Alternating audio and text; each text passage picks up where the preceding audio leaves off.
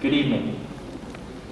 Welcome to Rackham Auditorium and to the third annual 1993 Golden Apple Award.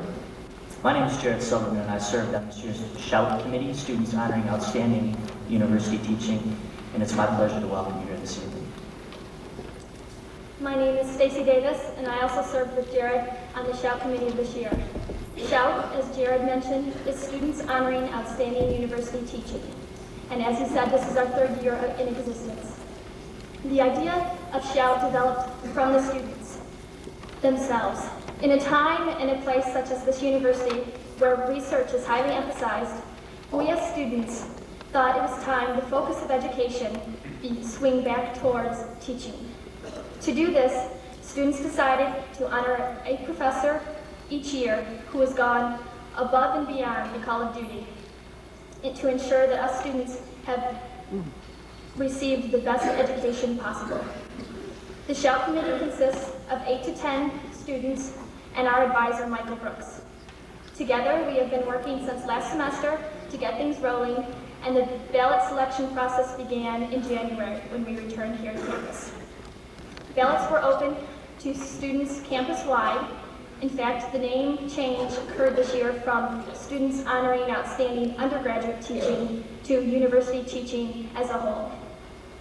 Once the selection was made, we got set the wheels in motion, planning the program you are about to see. At this time, I would like to direct your attention to the program that you were given, and in the upper right-hand corner of the backside are the sponsors. Without these sponsors, there is no way that this program could have happened tonight. We sincerely thank them. Many of them are here tonight to watch. We thank you for coming, and we thank you for your help. We also want to let you know that the posters that you've seen all over campus with Professor Spine's face on them are on sale up in the lobby when we're done. They seem to be disappearing anyway. I think a few of you have your own souvenirs already. And also, the lecture this evening will be taped, and you can purchase a copy of that by filling out your nifty little green form and turning it in out at the door in the lobby, like I said, and they will be mailed to you. They make great holiday presents. And now, without further ado, let's get this show rolling. First of all, we have Provost Whitaker representing the university to congratulate Professor Fine himself.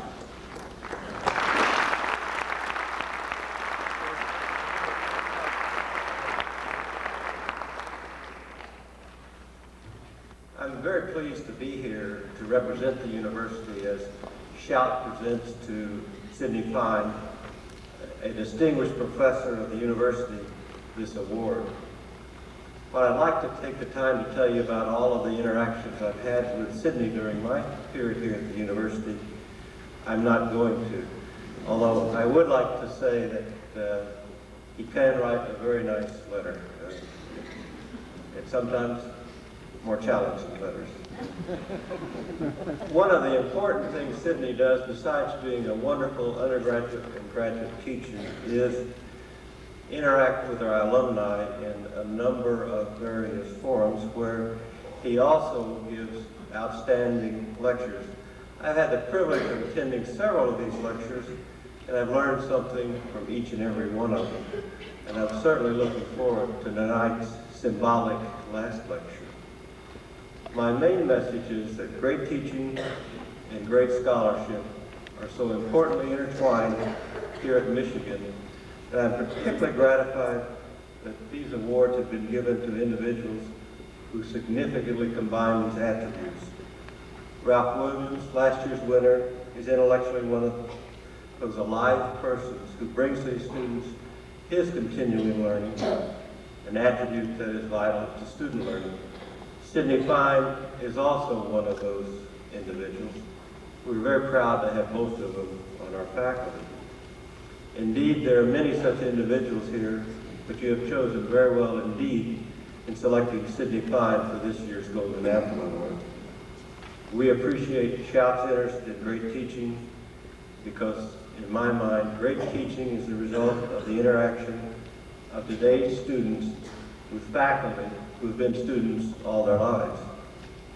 As fellow learners, they're able to connect meaningfully with every group of students with whom they have the privilege of sharing a course, a seminar, or a conversation in the corridor.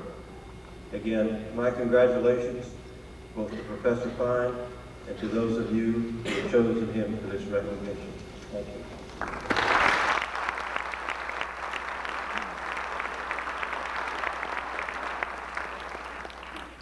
We're proud to have with us tonight last year's recipient of the Golden Apple Award. Here to reflect a little bit on what the Golden Apple Award means is Professor Ralph Williams, and as part of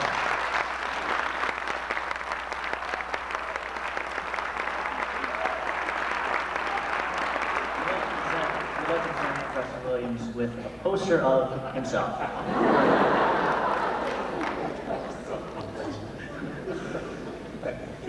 It's a pleasure to be here this evening with you folk and to honor Sidney Fine and to honor in these next few remarks the people who have made this event possible. I'm going to speak in about 3 minutes under 3 rubrics. Number 1, what I will call a birthday party of the mind and spirit. Number 2, marking time and making festival. And number 3, uptown and gown. And here we go.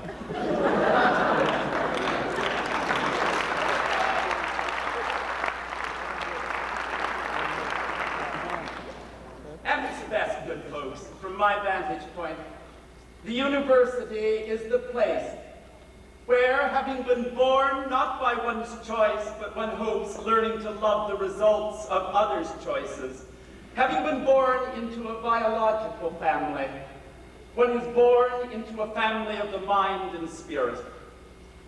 For most of us who have found the university such a family, there are times when, in a particular class or with a particular person, there has been a dawning in which the landscape of the mind and the depths of the spirit are illuminated and warmed, and where one sees things newly as one has not seen before. These birthdays, which occur frequently, perhaps in the lives of all of us during the Michigan years, are ones truly deserving celebration. We come to campus, born into our biological families. We leave in this family of the mind and spirit, seeing things differently, one hopes more lucidly, more variously, and feeling more profoundly. And that is number 1. This is a birthday celebration of the mind and spirit. Number 2, marking time and making festival. There's an old saw that Michigan, amongst other great and large universities, is a place where individual students finally don't count for much, where they mark time before going into the wider world of the professions, into real life, as it were. Here tonight with us, I think, the person of Steve Edelstein, and here in person on the stage and out there, are those who did not mark time in that sense, but marked time. The time through which we live now in the making of this festival. That individual students can make a difference, and that they can mark thereafter the rhythms by which we live and understand our university year time is marked by the event tonight. And that is point number 2. Point number 3 of town and gown. It's often thought that there is, as a matter of fact, a strict split between the two, perhaps even an antagonism. And this event tonight at the university, which celebrates, it is a birthday party of the mind and spirit, was produced by Hillel Foundation in its inception, which is a continuing sponsor, and by the Apple Computer Corporation. And if there is in Hillel, as there is, as I've found it, a wonderful place for the discussion of values, I, who very little understand about computers, still think I see in them a will more mathematical than Pythagoras, as I think. And in the coming together here tonight, there is a coming together then of the judgment of value and the evaluation of quantity, which I celebrate. Out of all this, then, this festival tonight, and a salute to him who is tonight the occasion for this birthday party of the mind and spirit, and from me, then, best wishes to Professor Fine. This is his ideal last lecture.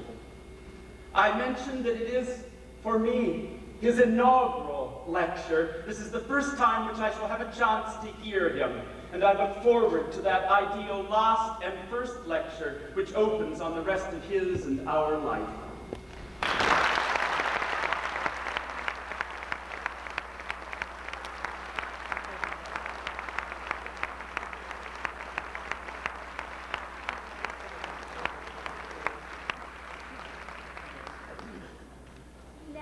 Sit back and tune your ears. For your listening pleasure, we have, beyond our control, the Friars.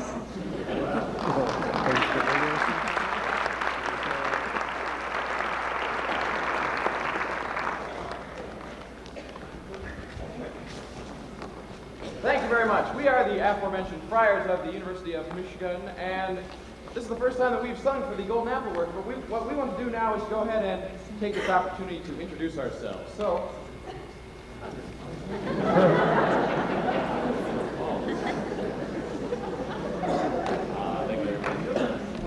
in keeping with the educational motif of this evening's program, our first song is going to be a medley of television songs. We've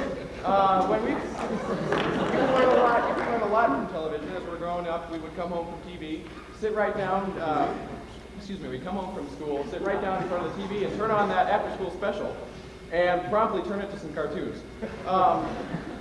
What these are is a medley of many of those shows that we all watched after school when we were growing up. As our parents would say, a medley of crap.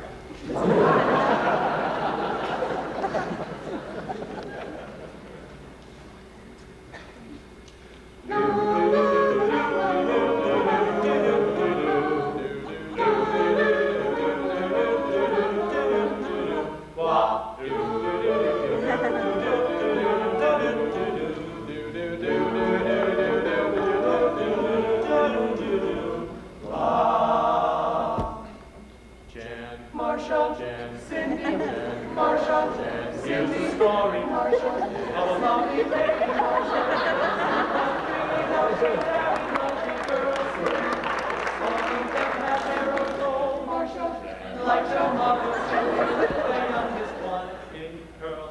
They all look like tigers. He was living on a green wall of his own Peter.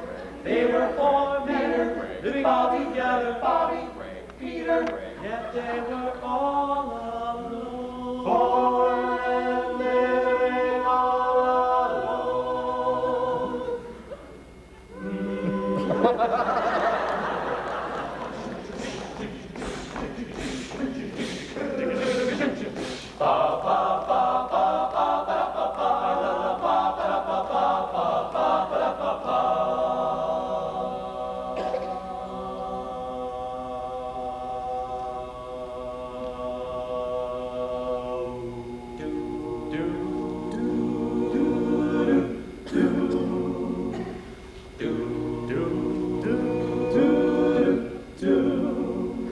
Making your way in the world today. Taking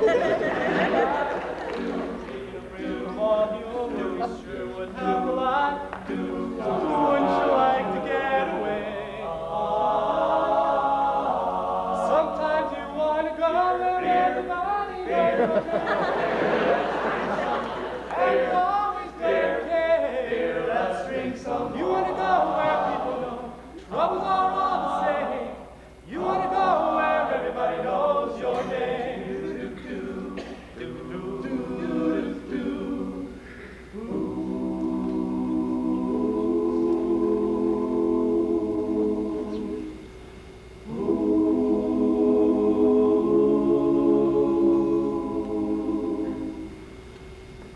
I bet you're all trying to figure out what TV theme song this is. In music theory, it's what's known as a transitional phrase.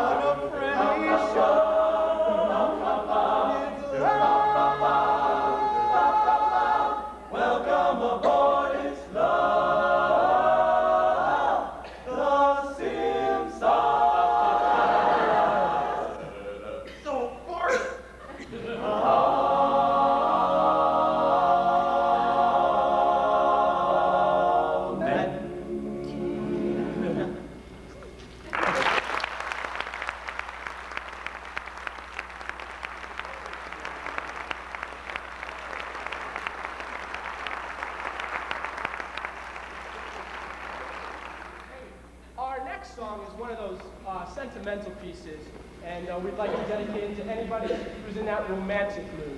But if I may take one moment out of your evening, Sid, and make a shameless plug. Our concert is on April 16th, right here. That's April 16th. April 16th. And we'd love you all to come. So thank you very much. It's at 8 p.m. right here. Did I mention that? April 16th? You don't even have to get up. Just stay right there. Oh, by the way, the song called If I Ever Fall in Love features Bob Cleveland.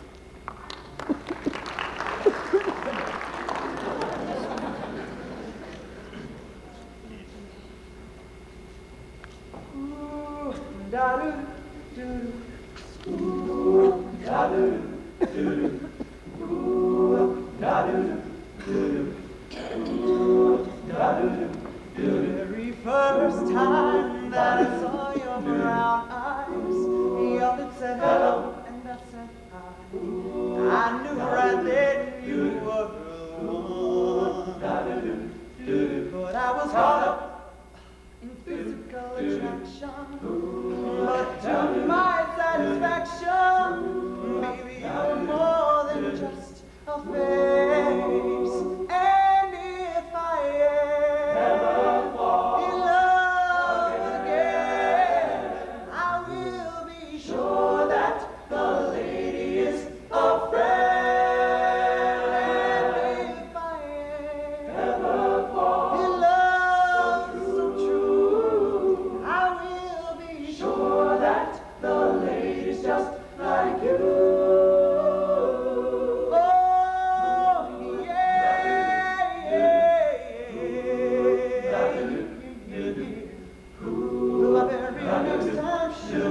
My friend, if I say that I can be your one and only, promise, promise, promise that you'll never leave me lonely. I just wanna be the one you need. Oh, baby, I just wanna be the one to serve you. Sometimes I feel as if I don't deserve you. I cherish every moment that we share.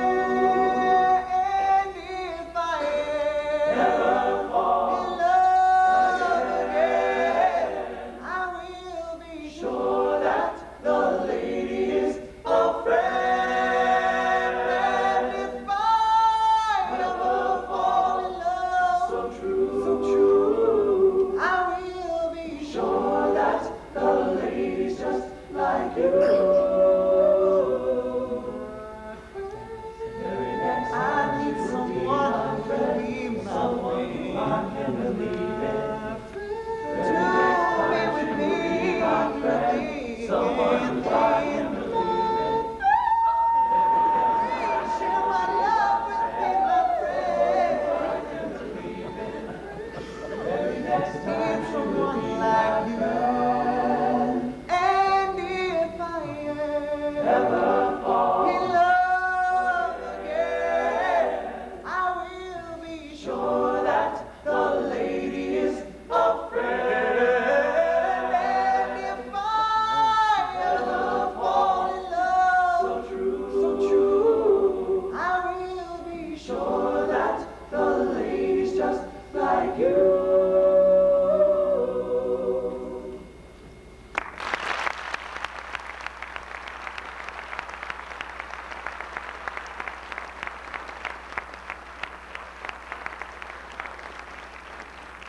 In keeping with that very educationally oriented song, this next song is called What a Wonderful World. It's not the Louis Armstrong thing. It's more the Animal House thing, but you'll know it, I'm sure. Goes Dan Ryan.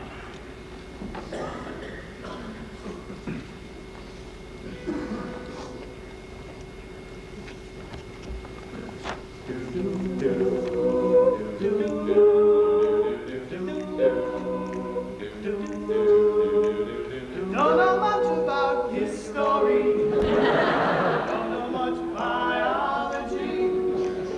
Don't know much about science book. Don't know much about the French I took. But I do know that I love you. And I know that if you love me too, what a wonderful world this could be. Don't know two. Don't know much trigonometry.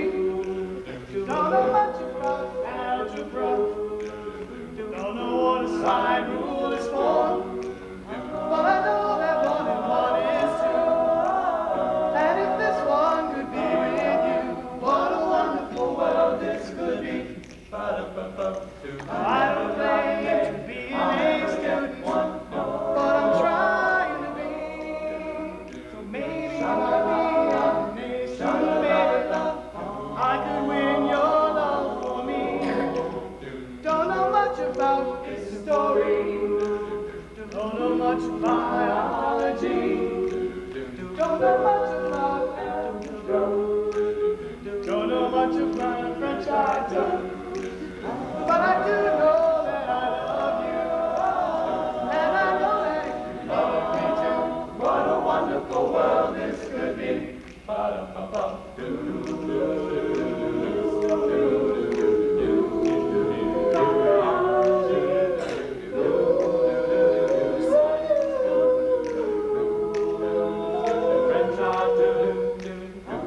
do know that I love you. And I know that if you love me too, what a wonderful world this could be.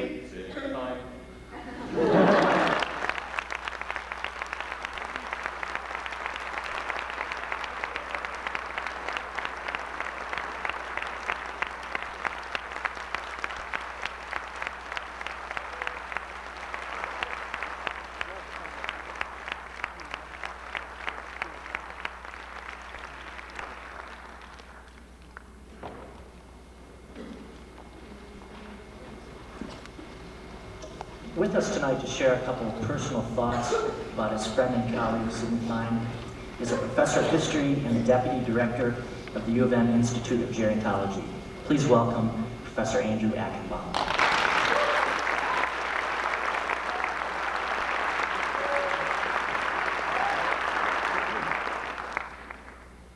Good evening.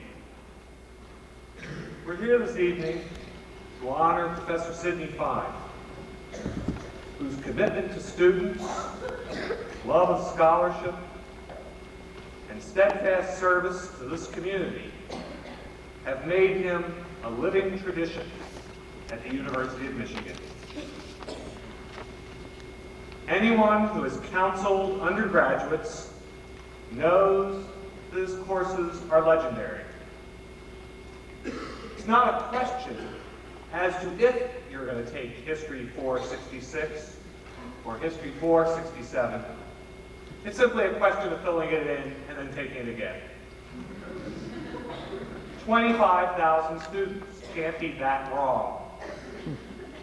And as one who has snuck into lectures both as a graduate student and then as a professor, I can assure Professor Williams that he's in for a real treat.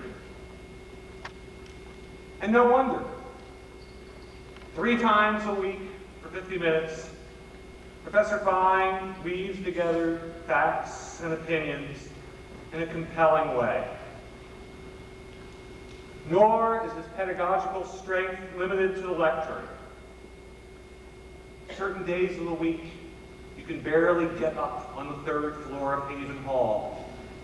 There they're queued from right outside his office, past the drinking fountain, into co-ed bathrooms, waiting.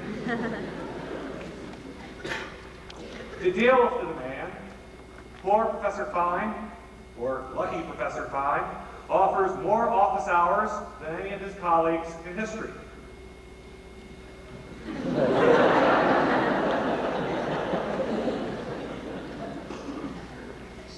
I'm impressed by the extent to which students tell me that Professor Fine really cares about what they think. That Professor Fine listens to their problems. And he's really serious when he invites them back to talk. I would be remiss if I did not mention, at least in passing, that Professor Fine has also been a terrific graduate advisor. Several dozen of his dissertation students have achieved considerable success in the academy. Professor Fine is tough and demanding.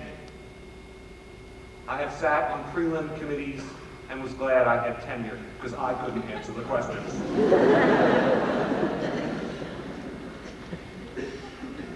But once you're through prelims, sometimes when you wish you weren't through prelims, he nevertheless is a loyal advocate.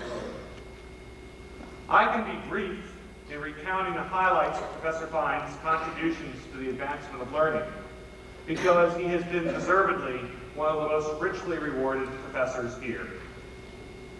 He's won everything worth winning at Michigan except women's gymnastics Big Ten championships.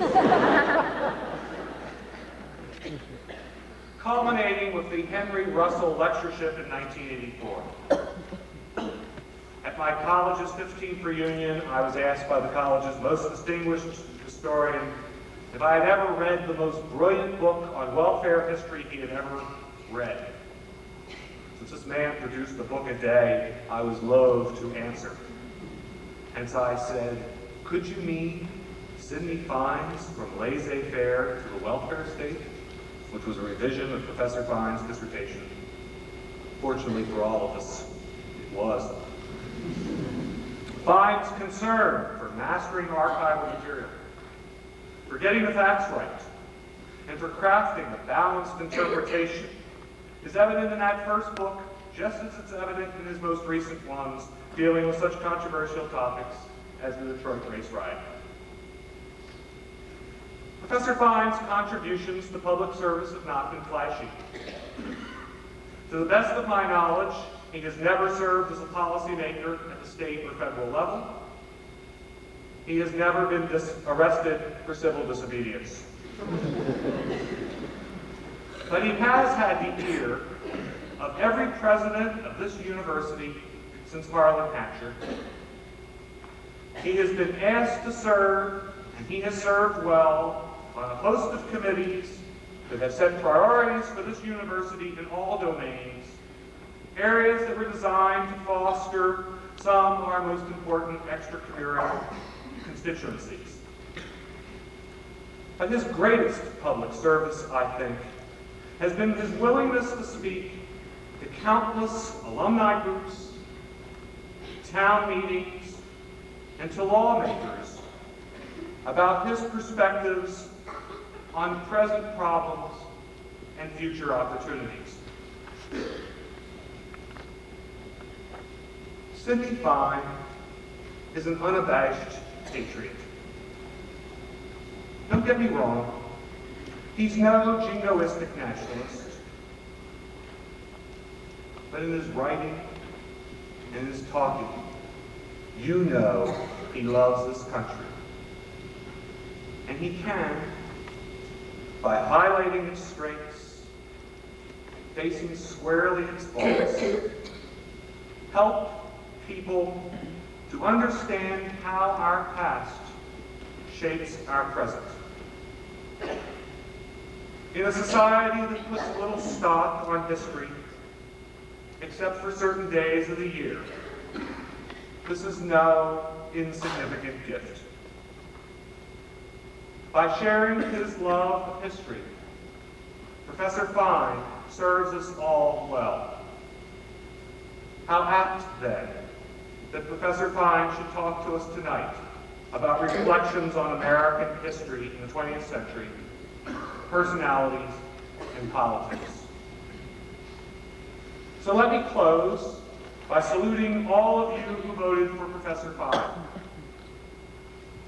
You honor what's best at Michigan by giving him this award. Sidney Fine is one of my mentors. He proves without doubt that one can be an able teacher, a productive scholar, and a conscientious public servant, and still find time for a happy marriage that's lasted more than 50 years, a night at the opera, and rain or shine, a seat Saturday afternoons at the 50-yard line.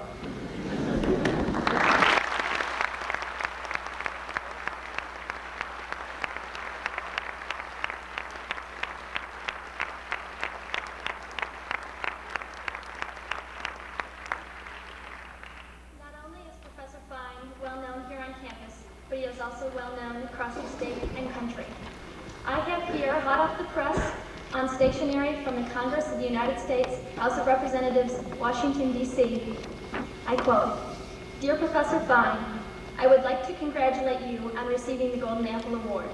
It is quite an honor for you to receive an award from the most discerning of judges, discerning of teachers, the students. I find that a lot of people in Washington like to think of themselves as important. But, Professor Fine, I always say that the truly important people in this world are teachers like you. I have enclosed a copy of a statement about your work that I submitted to the Congressional Record. Again, congratulations and keep up the good work. With kind regards, I am sincerely yours, William D. Ford, Member of Congress."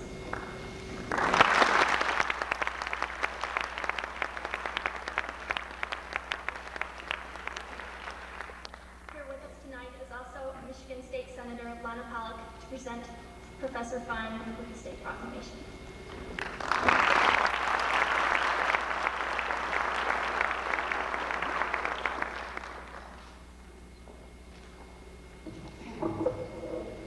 Good evening. Thank you for including me. It's a pleasure to be here. When I introduced the Senate resolution and asked for sponsorship of it, I had a little trouble explaining the merits of the resolution to my colleagues on both sides of the aisle. It's the first thing we should note that Sidney Fine has bipartisan support. Indeed, my colleagues were already familiar with Professor Fine for the merits of his long service, but also because we not only passed a resolution for Professor Fine, but a few years ago we passed a public act that was known as the Sidney Fine Bill. And that was because there was a sense that an arbitrary, mandatory retirement age that would rob these undergraduates of Sidney Fine's scholarship would indeed be a loss to the University of Michigan and to the state of Michigan. And so the legislature passed and the governor signed a law that would eliminate the mandatory retirement age and allow the students to have the Fine Scholarship of Sidney Fine for years to come.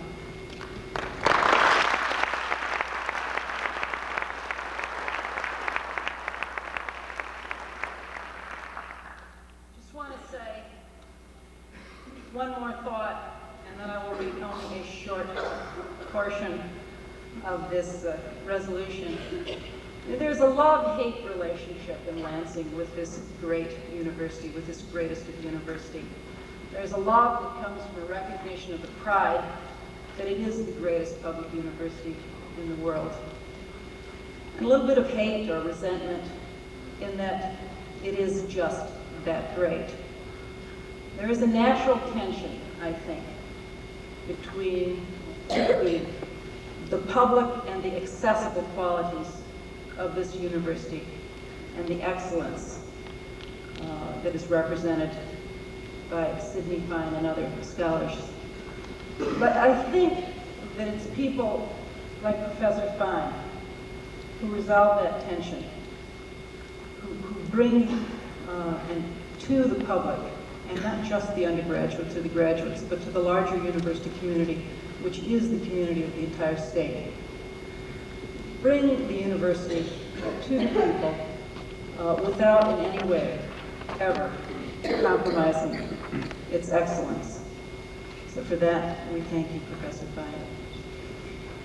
The resolution reads in part, whereas Professor Sidney Fine has won the 1993 Golden Apple Award given by students honoring outstanding undergraduate teaching, shout. This award recognizes not only his exceptional teaching talents, but also gives students and others the unparalleled opportunity to listen to a special last lecture. And whereas born in the neighboring state of Ohio, for which we can forgive him, Professor Fine earned his bachelor's degree summa cum laude from Western Reserve University in 1942.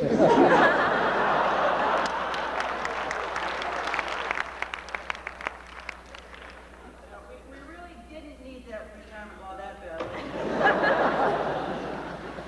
where the United States was embroiled in the Second World War at the time, Sidney Fine served his country in the United States Navy as a Japanese translator. I think we mean a translator of Japanese, since we have heard of your loyalty and service to the country. He has indeed accomplished much in his field and also has succeeded in inspiring generations of students and others in Michigan and across our nation with the power and fascination of the knowledge and lessons of the past. Now, therefore, be it resolved by the Senate that the highest accolade of praise and tribute be hereby accorded Professor Sidney Fine, the 1993 Golden Apple Award winner. And be it further resolved that a copy of this resolution be transmitted to him as evidence of our esteem and our best wishes for his continuing success in future endeavors. Congratulations and thank you.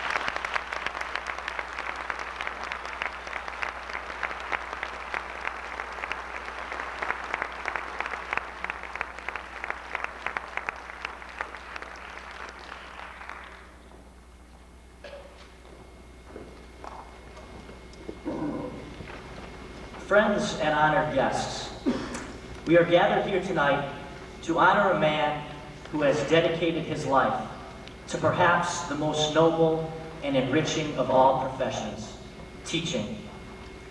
For 45 years, Sidney Fine has brightened our university lecture halls with his words, perspectives, and feelings about the history of our great nation. He has touched a generation of students by taking an activist approach towards teaching. Professor Fine does not simply stand in front of a group of students 3 times a week and deliver a lecture. He does much more than that. He lives, breathes, and feels his subject. He speaks with passion. He talks about personal experiences and truly pumps life into history. Furthermore, outside the classroom, Professor Fine reaches out to us. He challenges us. He motivates us. And he nurtures us. Professor Fine, you are much more than a teacher. To your students, you are a role model, an advisor, and a friend. Historian Henry Brooks Adams once said, "A teacher effects eternity, and he can never tell where his influence will stop." Professor Fine, because you have given every last ounce of your energy and warmth to your students, rest assured, you have effected eternity. On behalf of all of your students, past, present, and future, all those that you have positively touched in your life, I am honored to present to you the 1993 Golden Apple Award.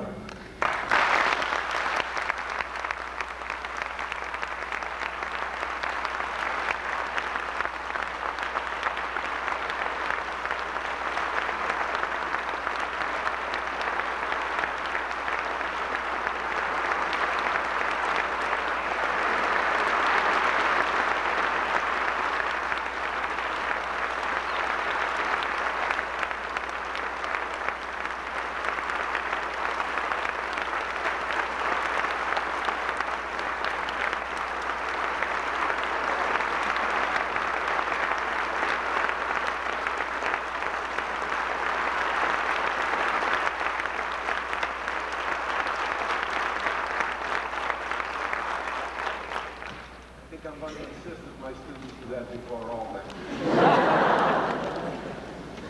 I want to thank all of those who were kind enough to say kind words about me by way of introduction, and I especially want to thank all those who wrote letters in my behalf, as well as the members of Shout for this football honor.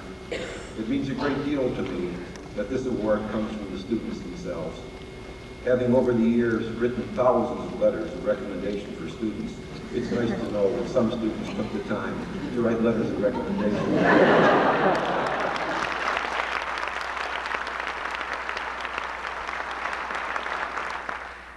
To be truthful, I have so enjoyed my career as a professor, which apparently began in the year 1904, that I'd not like to think of its coming to an end and of preparing a final lecture, even though this one is only a hypothetical last lecture and I am not about to retire.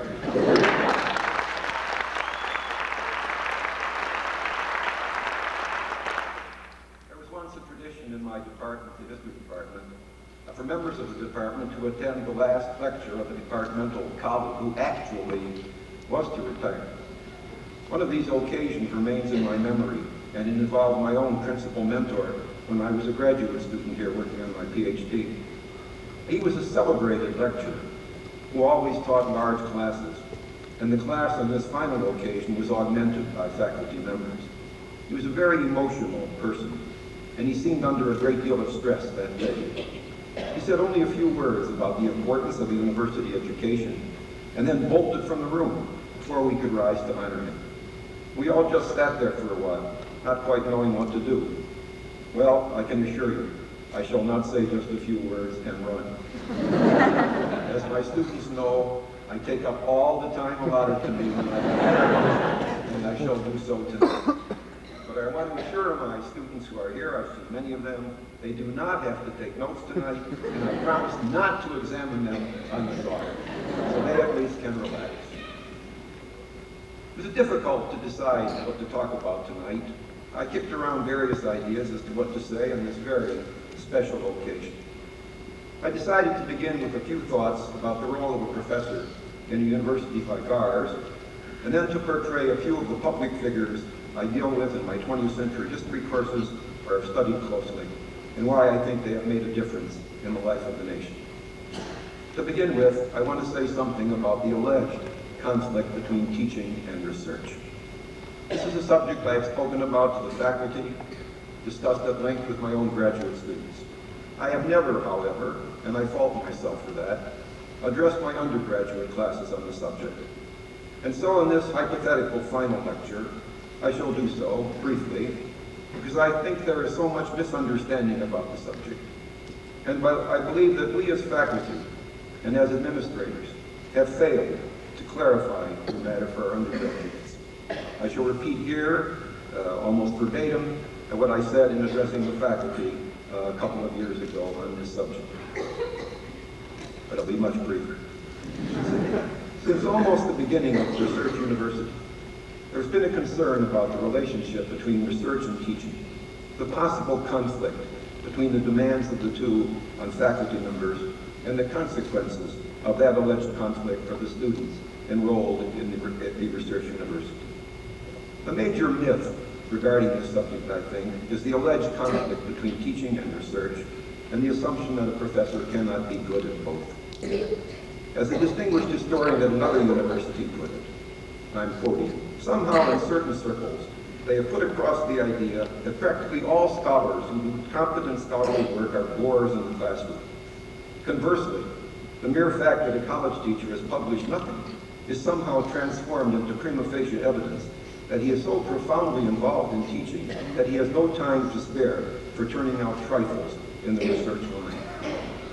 A professor of higher education at New York University recently wrote, I quote, "Most good researchers are not good teachers, and most good teachers are probably not good researchers. That, my friends, is just plain stupid." It is my devout belief that teaching and research are very closely related, or at least should be. If scholars at research universities like ours did not publish the results of their research and push out the frontiers of knowledge, what would there be to teach? How do you think professors put together a history lecture, for example? Other than by examining the results of the research primarily by other professors, and where appropriate, their own research. I think it is important in teaching to make explicit how research of others and one's own have altered the way a problem is perceived, or have even determined the kinds of problems being addressed. I believe indeed that this is an important teaching device. It is research, furthermore, that keeps professors alive in their field, and that ideally should add zest and freshness to their teaching.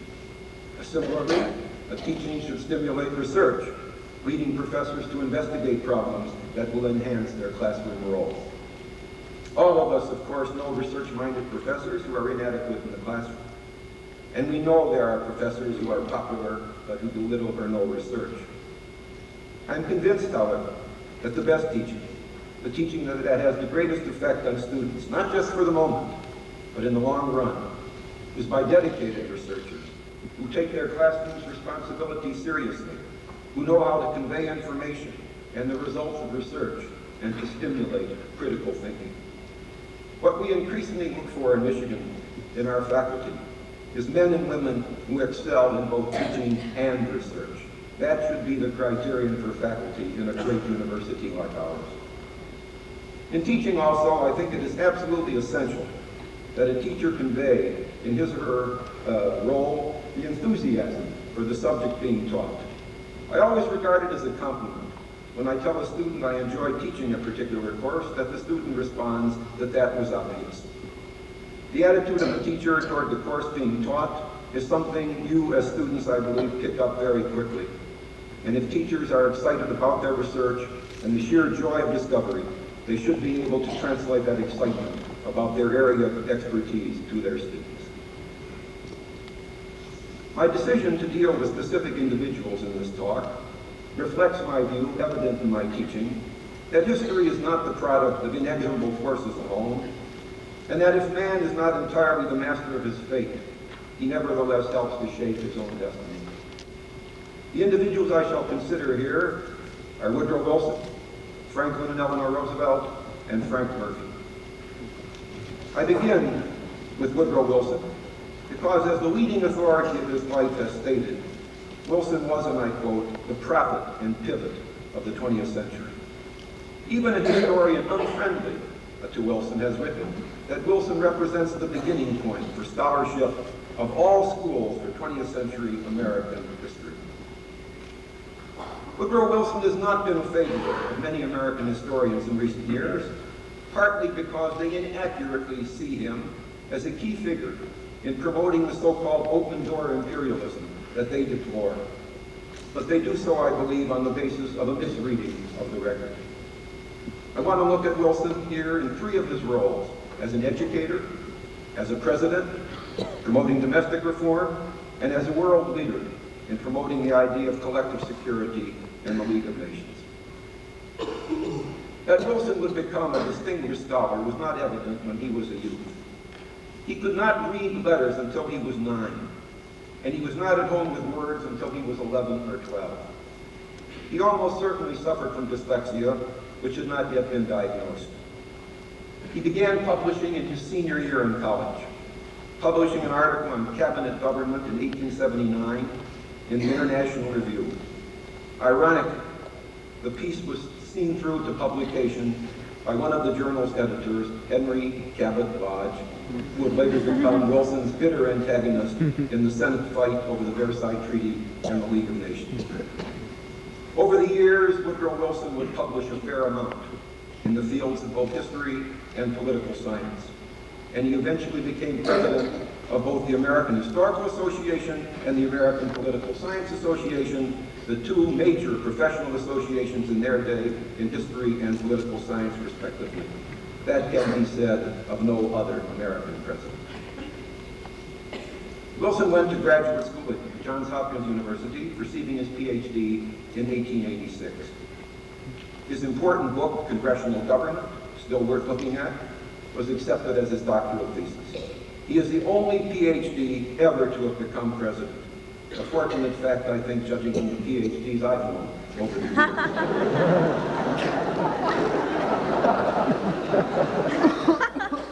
Wilson began his teaching career at Bryn Mawr in 1885, having rejected an offer to teach at the University of Michigan. He taught history at Bryn Mawr. He then rejected a Michigan offer a second time, and instead accepted a position to teach history and political economy at Wesleyan. He became a professor of jurisprudence and political economy at Princeton in 1890. He was a superb teacher, the students at Princeton voting him year after year as the best teacher at the university. Had there been a Golden Apple Award at Princeton, Woodrow Wilson would have won it. His talent as a teacher was lecturing, and his beautifully crafted lectures not only enthralled the students, but attracted fellow professors to his classroom. Speaking was always one of Wilson's great talents. Indeed, there is a tie between the Professor Wilson and President Wilson. Well before he entered politics, Wilson came to believe that the essential task of leadership in a democracy is to educate public opinion. He appealed to reason was his stress in the classroom and in politics. No one in public life equaled him in this regard. And we shall see that this effort to educate marked his final great tragic act as president. Wilson became president of Princeton in 1902, and it was he who made Princeton a great university for the first time. He made his particular contribution to educational diversity by appointing the first Catholic and the first Jew to the faculty, unusual for that period, however normal it would be today. An educational pioneer as college president, Wilson introduced the preceptorial system at Princeton, which involved the individual supervision of students and small discussion groups for the exchange of ideas. This has been the model for tutorial work and honors courses around the country. The big universities are moving in this direction today with the renewed emphasis on teaching. Needless to say, for Wilson, there was no incompatibility between teaching and research. Wilson was elected president in 1912 and served 2 terms. He played an important role in developing the modern presidency. What he created was the role of president as legislative leader. Until Wilson, the concern of presidents was administration. Wilson was the first president in our history to set forth a program of legislation and to see it through to Congress. He demonstrated quickly and symbolically that he would be a leader by reviving the practice abandoned since Thomas Jefferson of making personal appearances before Congress. He sought to get Congress to go along with this program by having the Democrats in Congress, his party, meet in caucus to consider key bills he wanted passed. And if majority voted for the bills, the minority was supposed to go along. If they did not, they got no patronage. And since the party had not held the White House for 17 years, the Democrats were hungry for jobs. This is a tactic almost never successfully used by other presidents. Wilson also used his ability to educate, his prestige with the electorate, to clarify issues in order to win public support, and by so doing to put pressure on Congress to follow the president's lead. Wilson recognized the importance of the role of the president as the educator of public opinion, in my opinion, his most important role.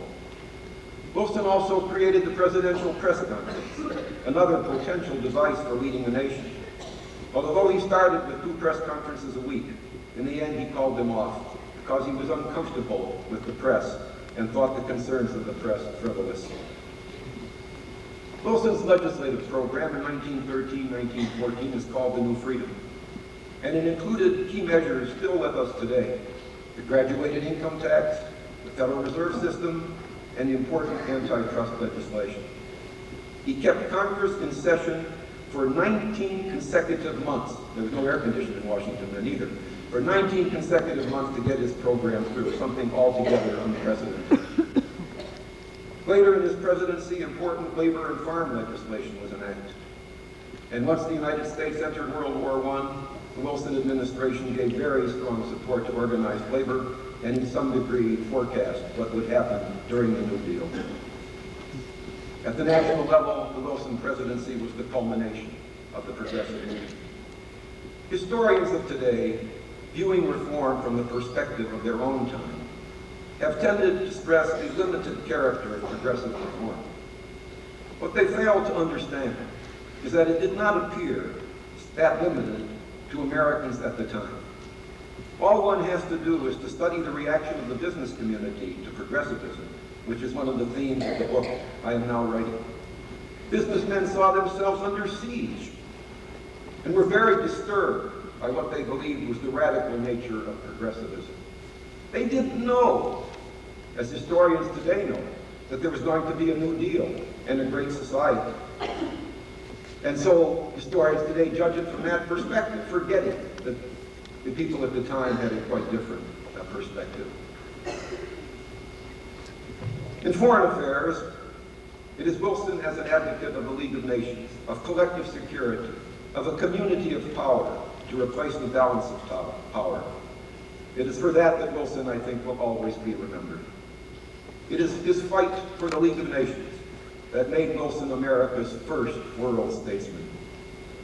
He first advanced the idea of a Pan-American League as early as 1914.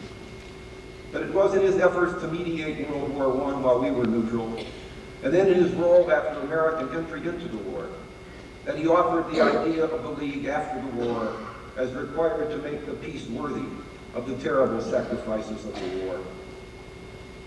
The essence of his plan was collective guarantee, the collective guarantee against aggression, to guarantee the independence and the territorial integrity of all states against aggression.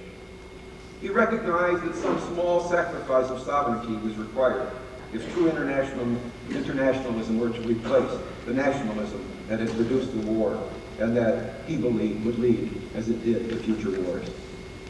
This was what his famous fight with Senator Henry Cabot Lodge over Senate reservations to the Versailles Treaty was all about, although one would not know that in reading many of his historical accounts of that conflict. Wilson saw that if the nations entering the League did so with the intent simply of pursuing their own national interests, rather than in terms of what was best for the international community, the venture would fail. Fearing that he was losing his battle with the Senate opposition, an already very ill president who believed that a president on an important matter like this must take his case to the people, went out on a speaking tour, described in one account as the single greatest effort of this kind in American history.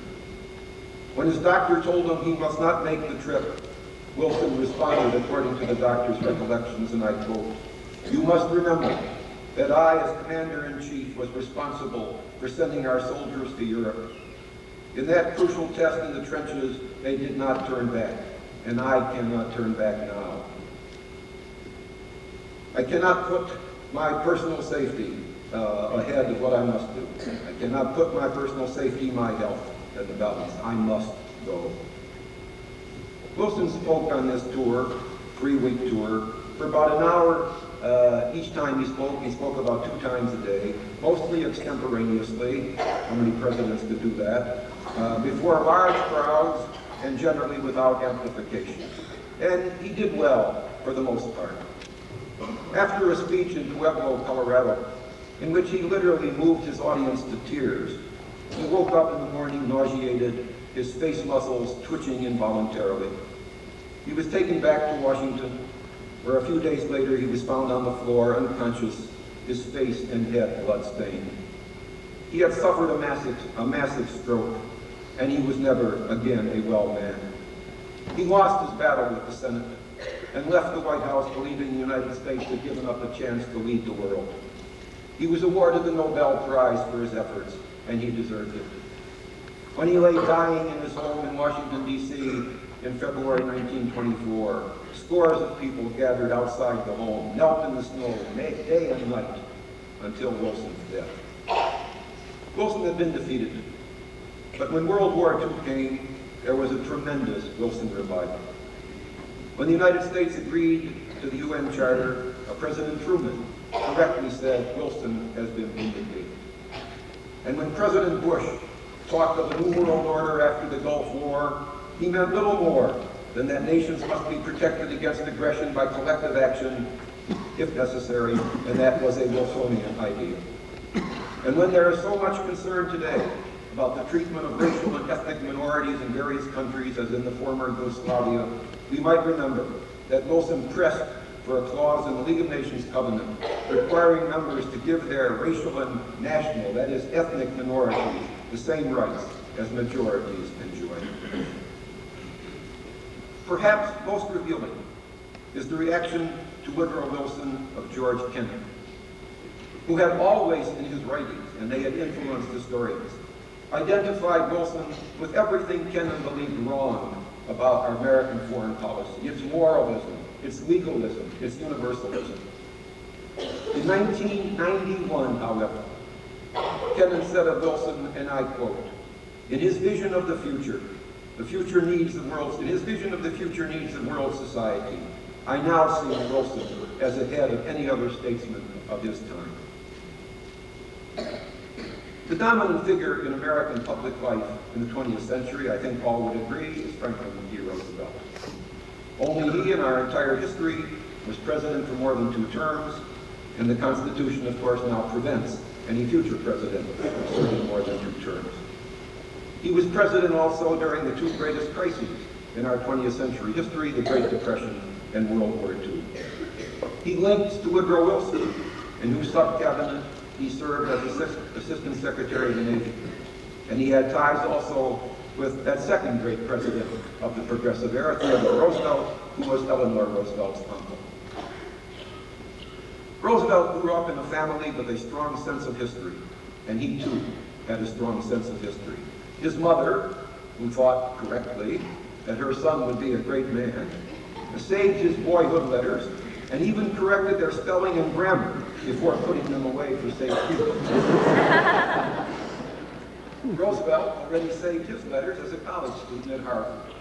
If he had not later saved the letters to him from Eleanor's social secretary, Lucy Mercer, with whom he was having an extramarital affair, maybe Eleanor would not have discovered the fact. He was the first president who decided he needed a presidential library to house his records, and all his successors have since done so. Of course, the documents in the library, like all historical documents, can't always be trusted, because Roosevelt sometimes included items to mislead the unwary historian. Thus, he attached a note to his famous inaugural address that he wrote it himself in 4.5 hours. Actually, his speechwriters worked on the address for several days, but Roosevelt wanted us to believe otherwise. Roosevelt, incidentally, almost failed to take office after his election and before his inauguration, because an assassin almost killed him in Miami, missing him, but killing the mayor of Chicago. One of Roosevelt's principal legacies was the revitalization of the presidency, and making it, as it has remained, the most important of the 3 branches of our government. That he was going to be a different kind of president was clear from the time he was nominated in 1932, because he responded by doing something no major presidential candidate had ever done before. He flew to the Democratic Convention to announce his acceptance of the nomination, as all his successors with both parties have done. He strengthened the power of the president by establishing a direct relationship with the people in a way no other president has ever done. He used 2 techniques to do so. One was the press conference, but more important was the fireside chat. Roosevelt normally held 2 press conferences a week, 988 in all. And no president in our history, not even John F. Kennedy, was so successful in using the press conference to get his ideas across, to test ideas, to get popular sounding. He had a fantastic knowledge of what was going on in the government, the opposite, for example, of Ronald Reagan. And he knew what made news. His press conferences were described as, quote, the best show in town. He absolutely charmed the press. They gave him an unprecedented burst of applause after his first press conference. A Republican newsman said that Roosevelt could, quote, recite the Polish alphabet, and it would be accepted as an eloquent plea for disarmament. Recognizing the importance of the press, Roosevelt was the first president to appoint a press secretary.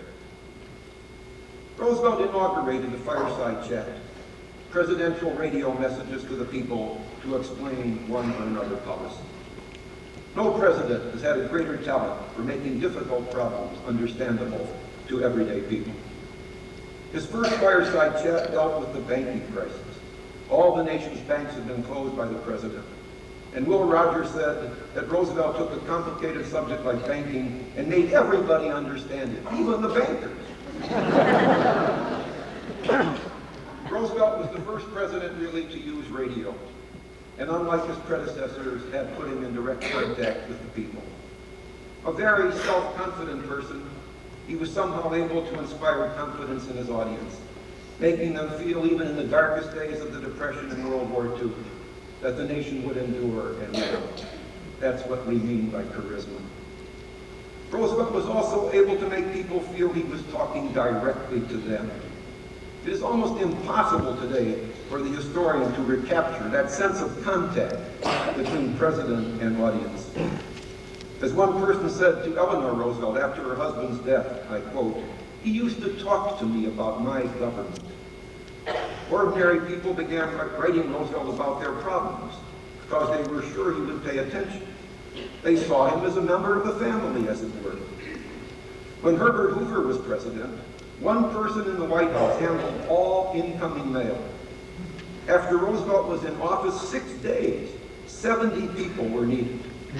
He received 15 million pieces of mail as president, overwhelmingly from ordinary people. It is not surprising that in a poll of 50,000 New York City students as to who was their most beloved person, Roosevelt came in first. God came in second. Quite apart from his ability to marshal public opinion to his side, Roosevelt, an untidy administrator by conventional standards, strengthened the office of president by creating the executive office of the president in 1939 and by transferring the Bureau of the Budget, now the Office of Management and Budget, from the Treasury Department to the executive office. He also, I should say, strengthened the executive branch and government itself by attracting to Washington and to government service the most talented group of men and women to serve in the federal government in the entire history of the nation. Roosevelt, I believe, will also be remembered for bringing diversity to government. He brought far more Catholics, Jews, women, blacks, Native Americans into government than his predecessors had done. Between 1921 and 1932 in the Republican era, 8 Catholics had been appointed to federal judgeships. Roosevelt appointed 51. 15% of his appointees were Jews, and anti-Semites began talking not about a New Deal, but a Jew deal. Women received 3 presidential appointments from Hoover, 17 from Roosevelt, including the first woman cabinet member, the first woman federal circuit court judge, the first woman minister abroad. The percentage of women in the federal civil service as a whole increased by 40% in the Roosevelt years.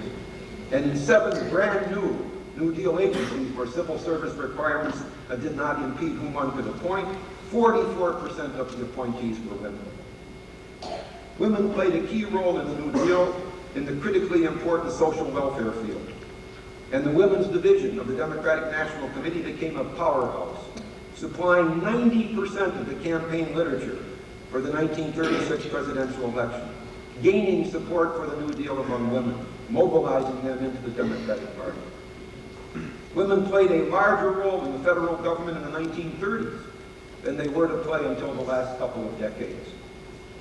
And at a time when the big law firms, overwhelmingly Anglo-Saxon and Protestant, shut out even the brightest Catholic, Jewish, and female graduates of the best law schools, the New Deal gave them government jobs and benefited from their talents.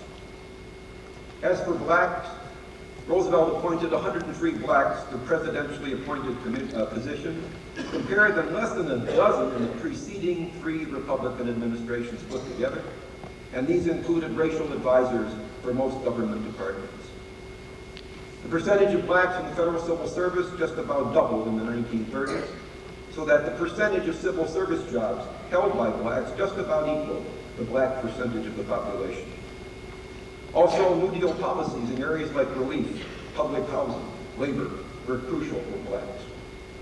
As Gunnar Myrdal stated of the New Deal in his classic work, An American Dilemma, for almost the first time in the history of the nation, the state did something in a substantial way without excluding the Negro. The New Deal did not sponsor any civil rights legislation, but it was the New Dealer Frank Murphy, whom I'll talk about later, who as Attorney General in 1939 created the present Civil Rights Division of the Department of Justice, which was absolutely critical to the Civil Rights Revolution of the 1960s. Also, of Roosevelt's 8 Supreme Court appointments, 7 helped to make the Supreme Court a bulwark of the civil rights movement. And it was Roosevelt, under black pressure, who in 1941 began the policy that continues to this day of barring discrimination in the award of government contracts. What is commonly ignored is that the New Deal also brought Native Americans into government to a far greater extent than ever before. 65% of all the positions in the Bureau of Indian Affairs went to Native Americans while Roosevelt was president. This was part of the so-called Indian New Deal. In addition to the roles he played in revitalizing the presidency and bringing diversity to government, another Roosevelt legacy is the great Democratic Party coalition he forged, attracting all the lower status groups to the party: labor, the poorer farmers, the immigrant nationality groups, the blacks. In the election of 1936, organized labor, for the first time in its history, worked at the precinct level within one of the two major parties, as it has continued to do. Black voters deserted Lincoln for Roosevelt. Only 36% of black voters voted Democratic in 1932, 69% in 1944, and that too continues. Roosevelt's 4 presidential victories were so great that if you total the Republican electoral vote in all 4 elections combined, it would not have been enough for the Republicans to have won one of the 4 elections. And unlike highly popular presidents like Eisenhower and Reagan, when Roosevelt ran, he swept Democrats into office with him. He had coattails, as we say. They did not. The Democratic coalition he forged dominated American politics for decades, and it is still recognizable when we look at the Democratic Party today and the party that elected Bill Clinton. The principal Roosevelt legacy, of course, was the New Deal and the expanded role of the federal government that it brought. Roosevelt succeeded in identifying himself with all the New Deal, even though he and his administration did not initiate all New Deal measures and indeed opposed some.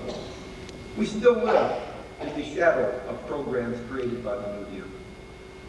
It is because of the New Deal that the elderly today receive old age insurance, the unemployed receive unemployment insurance, and the needy receive welfare, that bank deposits are insured, that business concerns cannot legally deceive us when they ask us to buy their stock, that people like Michael Milken go to jail, that we have a 40-hour week and time and a half for overtime, that workers have the right to bargain collectively, free from employer interference, that the suburbs are made up of housing financed by the FHA, and that the inner city residents live in public housing, that farmers receive subsidies and that their farms are electrified, that Tennessee Valley residents have power for their appliances, that we have the wonderful WPA guidebooks, the indispensable slave narrative, the Triborough Bridge, LaGuardia Airport, surviving sidewalks in Ann Arbor built by the WPA, and a health service building and a dental school building on this campus built by the PWA. It is the New Deal, the most important reform program in American history, that saved and strengthened the American brand of capitalism by reforming it. And in his second Bill of Rights, an address to Congress in January 1944, Roosevelt laid out a program for reform for the future that forecast the fair deal of Harry Truman, the new frontier of John F. Kennedy, and the Great Society of Lyndon Johnson. Roosevelt not only presided over the New Deal, but also over the greatest war and the greatest military effort in all of American history during World War II. Roosevelt gave direction to the American strategy in the war. It was he who decided the Germany First strategy and overruled the military when it sought to depart from that strategy, who picked the commanders who led the war effort, who committed the government to the B-29 bomber, who decided to begin work in 1939 on the atomic bomb, which brought the Pacific War to a close. And with his 4 freedom of speech, freedom of religion, freedom from want, and freedom from fear, Roosevelt sought to give the war a moral objective. Some historians have accused Roosevelt of appeasing the former Soviet Union in the war, but he understood that the war could not be won without the Soviet Union, which bore the brunt of the fighting in Europe, and that the peace after the war depended on the ability of the United States and the USSR to get along. As I indicated, it is difficult to capture today what Roosevelt meant to his generation. Perhaps what a newspaper man wrote in the New York Times in 1944 when Roosevelt died will give you some idea of that. He wrote, and I quote, "It seemed not simply that a man of history had died, that history itself had lost its attribute of immortality, that history itself had died. The death was an unbridgeable, an irreparable point of breakage between the past and future. This was the end of glory, and maybe even of hope, the most utterly final end that one would ever see." Roosevelt quickly became the standard by which his successors have been judged. President Ronald Reagan, whose family survived the Depression because of the New Deal, and who, although indenied it, voted for Roosevelt 4 times. constantly quoted Roosevelt, out of context to be sure.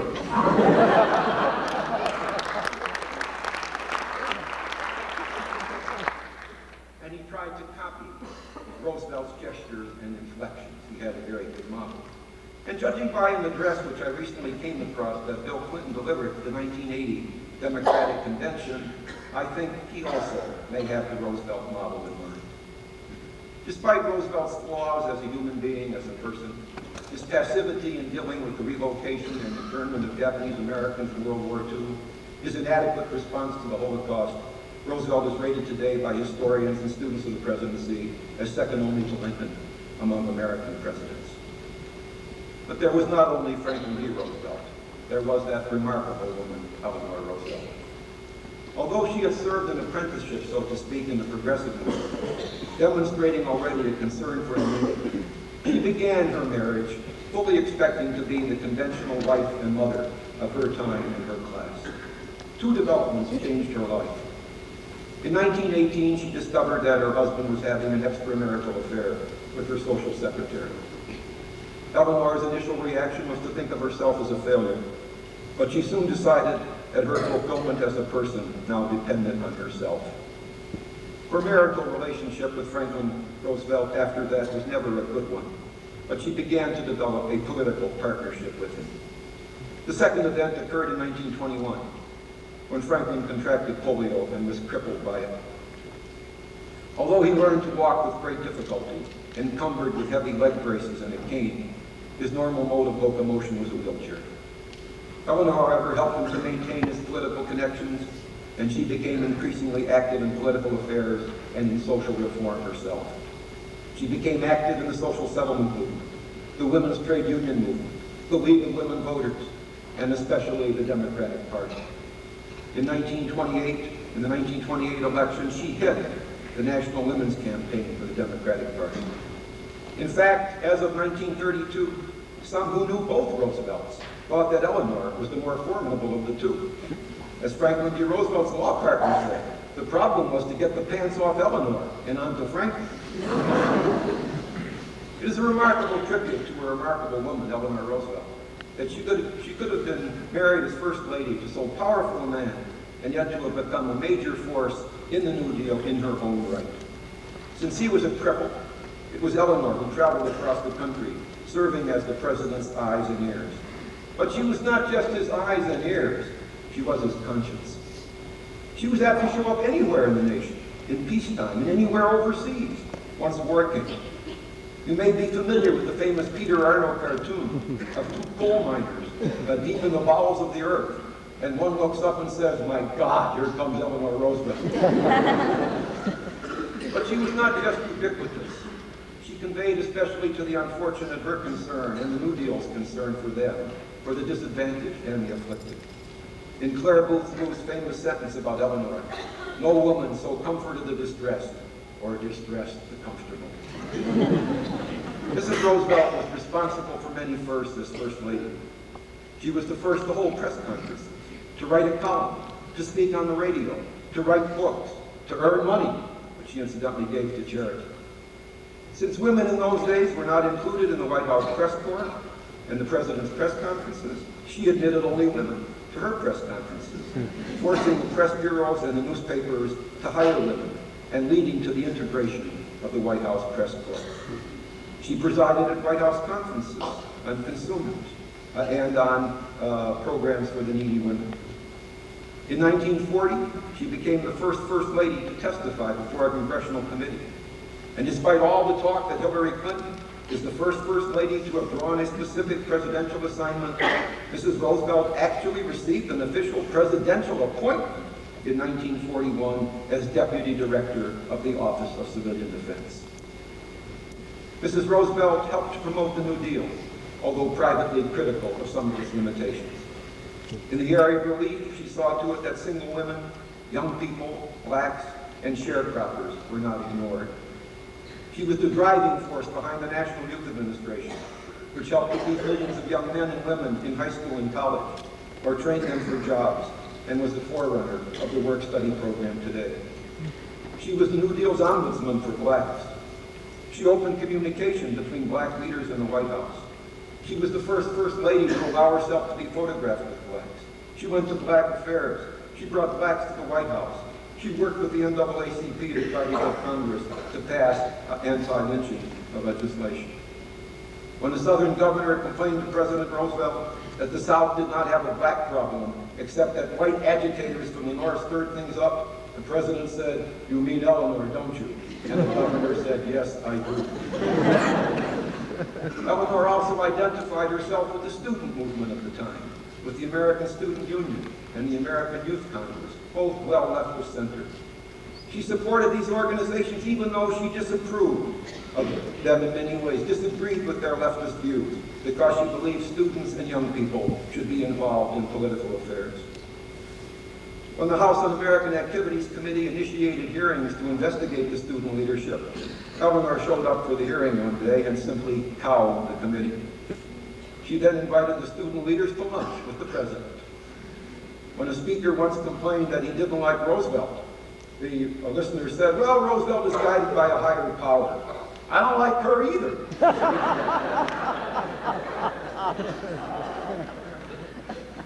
Distinguished Washington columnist Raymond Clapper said of Eleanor Roosevelt that she was a cabinet minister without portfolio, the most important woman of our times. In World War II, she brought women into the planning and the staffing of wartime agencies, became a critic of discrimination against blacks in the military, and advocated more generous American support for Jewish refugees from Nazism than most Americans did. Mrs. Roosevelt's departure from the conventional mode of the wife in the New Deal era offended many and brought her much criticism.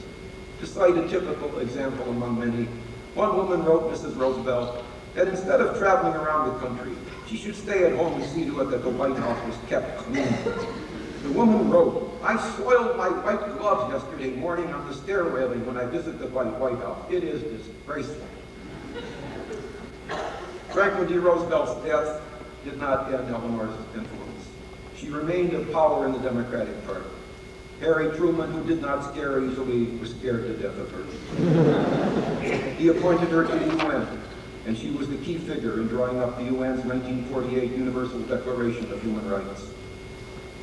In 1961, she chaired President Kennedy's Commission on the Status of Women, the kickoff really for the new feminism of the 1960s and 1970s. She spanned the women's reform movement from the progressive era to our own day. When she visited Ann Arbor on January the 20th, 1950, and spoke in Hill Auditorium, President Ruthven appropriately introduced her as the First Lady of the world. Incidentally, I owe the precise date of Mrs. Roosevelt's Ann Arbor talk to zealous research of Nancy Bartlett, a splendid archivist at the splendid Bentley Historical Library. A statue of Mrs. Roosevelt is about to be erected in Riverside Park in New York. This will be the first public statue of a First Lady anywhere in the United States. They could not have picked a more appropriate person. I would be derelict in this hypothetical last lecture if I did not say a word about Frank Murphy, to whom I devoted many years of research and then the writing of a 3-volume study of his life and times. Murphy had the most distinguished public career of any graduate of this university. You will say, what about Gerald Ford? Well, I should guess Ford will be primarily remembered for 3 things. He was the only vice president who became vice president because the vice president was found. He was the only president who became president because the president was found. And thirdly, he pardoned the disgraced Richard Nixon. Some might ask, what about Tom Dewey?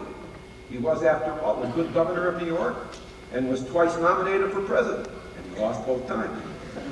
He had, incidentally, a huge ego.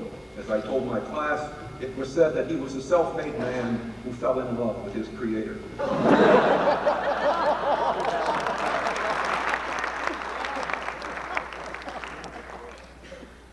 Murphy was a rah-rah type, while an LSA student, then a law school student, and he helped to raise funds to build the Michigan Union. He was an indifferent law student, and even was required by the faculty to attend summer sessions to make up a grade deficiency. Just what that tells us about law school grades and success in the law is not entirely clear. Since it should be noted that Frank Murphy is the only graduate of our distinguished law school ever to become a Supreme Court justice. After serving in the Army in World War I, Murphy became the first Assistant United States Attorney for the Eastern District of Michigan, and in that capacity helped to prosecute the only World War I fraud case that led to a successful conviction. From 1924 to 1930, he served on the Detroit Recorder's Court, then the most celebrated criminal court in the nation.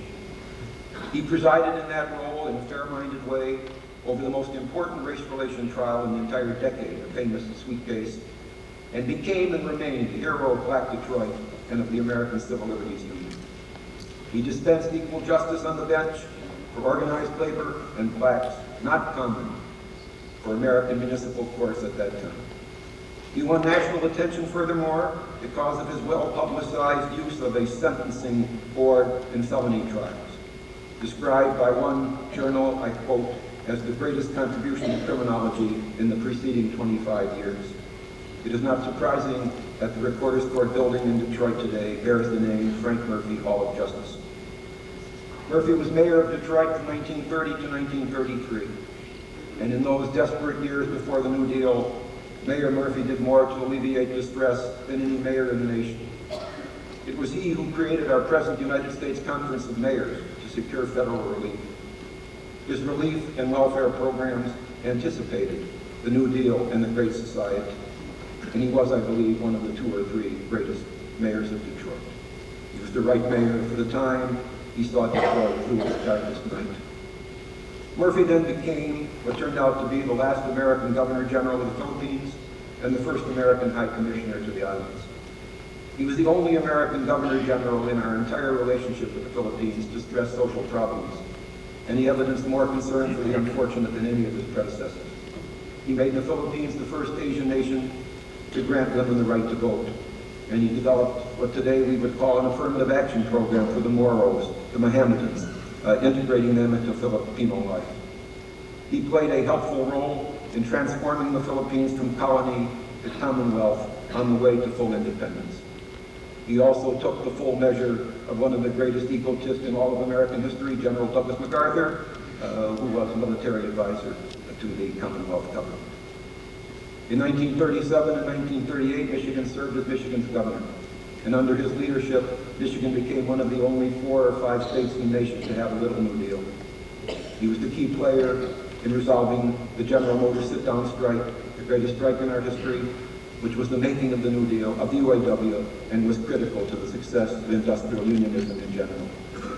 His administration provided Michigan with critical legislation in the area of social insurance, health, housing, labor, and agriculture, and he created the first Consumers Bureau in the nation. Michigan's present civil service law dates from the Murphy administration. Murphy next served for 1 year as the nation's Attorney General, and it was probably the single most important year in the entire history of the Department of Justice. He prosecuted corrupt city bosses, as well as the biggest tax case in the nation's history to that time. He improved the administration of justice, and what was probably his most important act, as I've already indicated, created the present Civil Liberties Division of the Department. From 1940 to 49, in his last public role, Murphy was a member of the distinguished New Deal Court. It was he, not Black or Douglas, who was the court's leading defender of civil liberties, not just in peacetime, but in wartime as well. In a mocking letter to Murphy in 1944, Felix Frankfurter on the court, who, as often said, treated all of his colleagues as C students, Murphy as a D student, listed as Murphy's clients as a justice the following people he supported, I quote, Reds, Boers, crooks, Indians, all other colored people, longshoremen, mortgagers and other debtors, railroad employees, pacifists, traders, Japs, women, children, most men. Murphy's most important contribution as a justice came in the areas of labor law, the rights of defendants in criminal cases, and above all, civil liberties and civil rights. He was the court's most zealous defender of the right of Jehovah's Witnesses to propagate their faith. In fact, someone said of the Catholic Murphy, if he were ever canonized, it would be by the Jehovah's Witnesses. He became the coarse Indian expert. No justice was more concerned about the inequities of racism, whether the cases involved blacks or Japanese Americans in World War II. His dissents anticipated many of the critical decisions of the Great Warren Court of the 1950s and 1960s. Felix Frankfurter, who thought little of Murphy and eventually of Earl Warren, also referred to Warren as the second Frank Murphy. Murphy would have regarded that as a great compliment. Murphy, while on the court, also took an important part in life off the bench. In one notable action in World War II, at a time when most important Americans were passive about the Holocaust, Murphy served as head of the National Committee against Nazi persecution and extermination of the Jews, and he was not just a figurehead. All great courts, one writer noted, need an occasional good man among the great alike. Frank Murphy was not a great lawyer, but he was a good man. Justice Black said of his colleague, if Frank Murphy ever did anything wrong, it was for the right reason. The labor movement, which Murphy over the years did so much to aid, especially mourned his passing in 1949. Workers in the Dodge truck plant paid tribute to the founder of their company, Walter Chrysler, by stopping work for 1 minute during his funeral service. They halted for 2 minutes to mark Franklin D. Roosevelt's burial, but they paused at their work for 5 minutes to honor Frank Murphy on the day of his interment. It was not difficult to agree with the editorial in the Detroit News when Murphy died, that the world was a better place for Murphy's having been there. We, as sons and daughters of Michigan, can be proud of him. Let me say now, as I near the end of this hypothetical final lecture, that quite apart from my own considerable pleasure at receiving this award, I am pleased that the department of which I am a member has also, in a sense, been recognized. I began reading history as a child because it satisfied my curiosity, and certainly that is a major reason, and a good reason, why people read history. But history is important for more than that. It is, after all, the bridge that connects past with present and points the way to the future. It provides us with perspective on our own time and teaches us the importance of time itself as a concept. It is the only discipline that examines human experience as a whole, not just economic man or political man or religious man, but generically speaking, man. There's no better way to understand the complexity of life and decision-making than to study history. For all of you, you develop a reading interest in history, I can guarantee you that it will enrich your life, no matter what your chosen career may be. Thank you once again for honoring me. I have loved being a professor at the University of Michigan. I've loved my research, I've loved my teaching, I have loved contacts with so many thousands of students. I've loved my association with the university, to which I've devoted my professional career. And as I always say at the end of my lectures, that's all for today.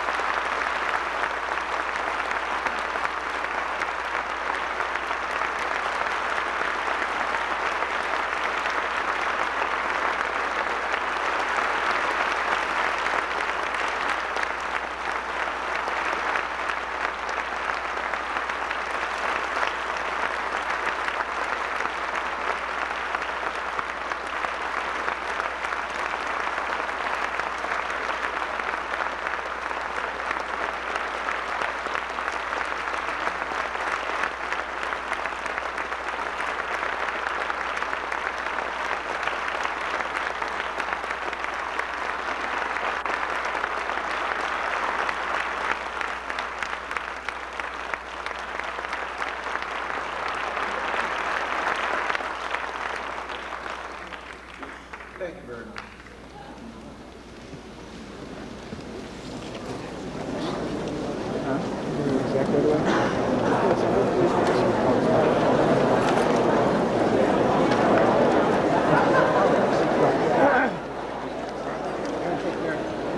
Hey, Mary. See you around. Would you like some company to your car? director, Zach.